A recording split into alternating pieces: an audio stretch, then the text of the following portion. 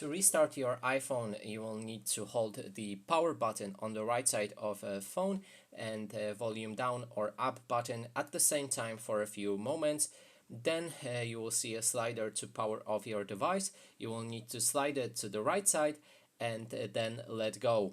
Wait around 30 seconds to fully turn off your device, then power it back on with the power button. You just need to hold it for a few seconds again.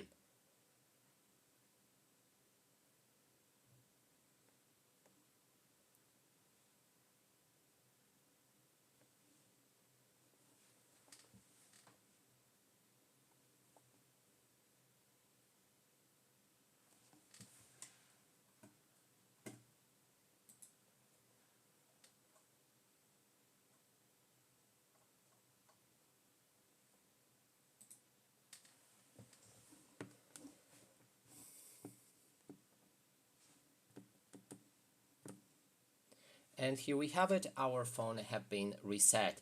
And that's it for this video. Hope you like it. Please consider subscribing to our channel, leave a like and a comment below.